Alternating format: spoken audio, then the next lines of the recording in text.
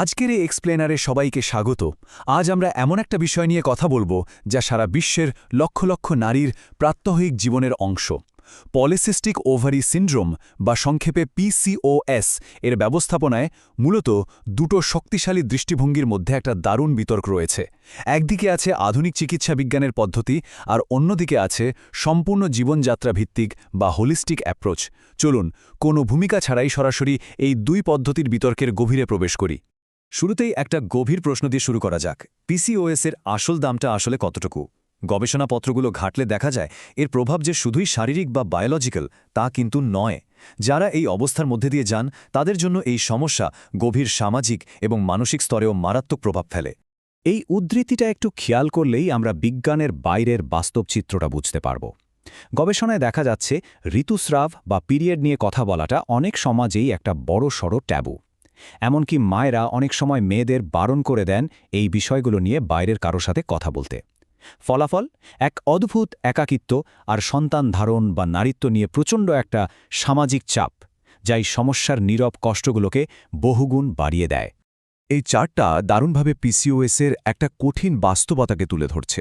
দেখুন, আক্রান্তদের প্রায় 88.7%ই অতিরিক্ত ওজন বা স্থূলতার সাথে প্রতিদিন লড়ছেন।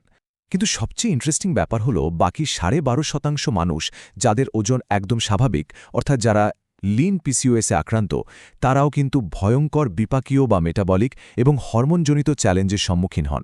ওজন যেমনই হোক, ভেতরের লড়াইটা কিন্তু বেশ কঠিন। আজকের এই আয়োজনে আমরা মূলত 4টা ধাপে এগোব। প্রথম ধাপে PCOS-এর বাস্তব চিত্র, দ্বিতীয় ধাপে মেডিকেল ট্রিটমেন্ট, তৃতীয় ধাপে হোলিস্টিক লাইফস্টাইল এবং সবশেষে এই দুইয়ের মাঝে একটা চমৎকার সমন্বয় কিভাবে করা যায় তা নিয়ে আলোচনা করব।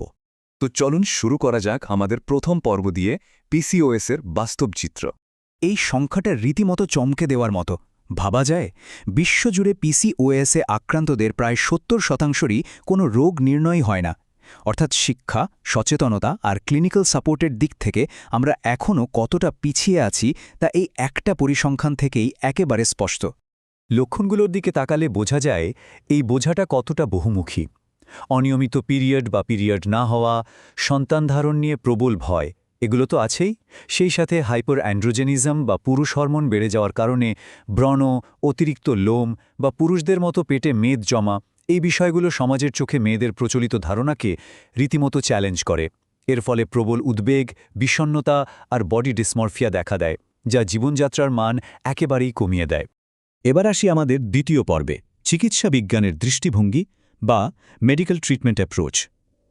এই দৃষ্টিভঙ্গিটি মূলত ডেটা নির্ভর এবং দ্রুত কাজ করে এমন ফার্মাকোলজিক্যাল বা ওষুধের ওপর জোর দেয়। এই স্লাইডটা আমাদের আজকের বিতর্কের মূল কেন্দ্রবিন্দু। একদিকে চিকিৎসা বিজ্ঞান চাইছে ওষুধের মাধ্যমে দ্রুত লক্ষণগুলোকে দমন করতে, আর অন্যদিকে হোলিস্টিক পদ্ধতি চাইছে দীর্ঘমেয়াদে জীবনযাত্রার পরিবর্তনের মাধ্যমে মেটাবলিক সমস্যাগুলো সারিয়ে তুলতে। মেডিকেল অ্যাপ্রোচের দিকে তাকালে আমরা বেশ কিছু শক্তিশালী ওষুধের দেখা পাই, যেমন পিরিয়ড নিয়মিত করতে এবং হাইপার অ্যান্ড্রোজেনিজম কমাতে সাহায্য করে জন্ম নিয়ন্ত্রণ পিল বা COCPs, যা জরায়ুর ভেতরের স্তরকে সুরক্ষা দেয়। আবার ইনসুলিন রেজিস্ট্যান্স এবং ওজন নিয়ন্ত্রণের জন্য মেটফর্মিন বা GLP-1 রিসেপ্টর অ্যাগনিস্ট খুবই কার্যকরী। এগুলো দ্রুত হরমোনের ভারসাম্য এনে মেটাবলিক সমস্যাগুলোর চমৎকার সমাধান দিতে পারে। কিন্তু এখানে একটা বড় কিন্তু আছে। রোগীদের অভিজ্ঞতা থেকে দেখা যায় এই পিল ফার্স্ট বা প্রথমে ওষুধের উপর নির্ভর করার পদ্ধতির বেশ কিছু সীমাবদ্ধতা রয়েছে। যেমন 10-20% রোগী পেটের তীব্র সমস্যার কারণে মেটফর্মিন সহ্যই করতে পারেন না। এছাড়া অনেক সময় ওষুধ শুধু বাইরের লক্ষণগুলোকেই চাপা দেয়, ভেতরের মূল মেটাবলিক কারণগুলো অগোচরেই থেকে যায়। আর ঠিক এখানেই চলে আসে আমাদের তৃতীয় পর্ব, হোলিস্টিক বা সামগ্রিক জীবনযাত্রা পদ্ধতি। এটি বেশ সহানুভূতিশীল এবং দীর্ঘমেয়াদী সমাধানের উপর জোর দেয়। এই সিনার্জি হাইপোথেসিস পেছনের যুক্তিটা দারুণ। এটা বলছে যে ওষুধবিহীন পদ্ধতি বা লাইফস্টাইল ইন্টারভেনশনগুলো কেবল লক্ষণকে চাপা দেয় না, বরং এরা একই সাথে শরীরে প্রদাহ এবং ইনসুলিন রেজিস্ট্যান্সের একেবারে শেকড়ে গিয়ে কাজ করে, মানে ভেতরের মেটাবলিক ত্রুটিগুলোকে সক্রিয়ভাবে সারিয়ে তোলে। তো এর ভিত্তিগুলো কি কি? লো গ্লাইসেমিক ইন্ডেক্স এবং উচ্চ ফাইবারযুক্ত ডায়েট, যেমন কিটো, ড্যাশ বা মেডিটেরেনিয়ান ডায়েট। এর সাথে হাই ইন্টেন্সিটি ইন্টারভাল ট্রেনিং বা HIIT, অ্যারোবিক ব্যায়াম এবং ইনোসিটল বা ওমেগা-3 এর মতো সাপ্লিমেন্ট। এগুলো ওষুধের ক্ষতিকারক পার্শ্বপ্রতিক্রিয়া ছাড়াই ইনসুলিন সেন্সিটিভিটি বাড়ায় এবং ব্লাড সুগার স্থিতিশীল রাখে। ব্যায়ামের ক্ষেত্রে দুটো পদ্ধতি তুলনা করলে আমরা দেখতে পাই সাধারণ অ্যারোবিক ব্যায়াম কার্যকরী হলেও HIIT বা হাই ইন্টেন্সিটি ইন্টারভাল ট্রেনিংয়ের ক্ষমতা একেবারে অবিশ্বাস্য।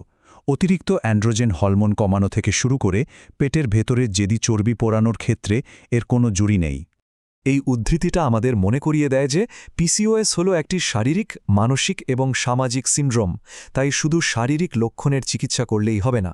কগনিটিভ বিহেভিয়ারাল থেরাপি বা CBT এর সাহায্যে মানসিক স্বাস্থ্যের যত্ন নেওয়া এবং স্ট্রেস ম্যানেজমেন্ট করাটা একদম অপরিহার্য।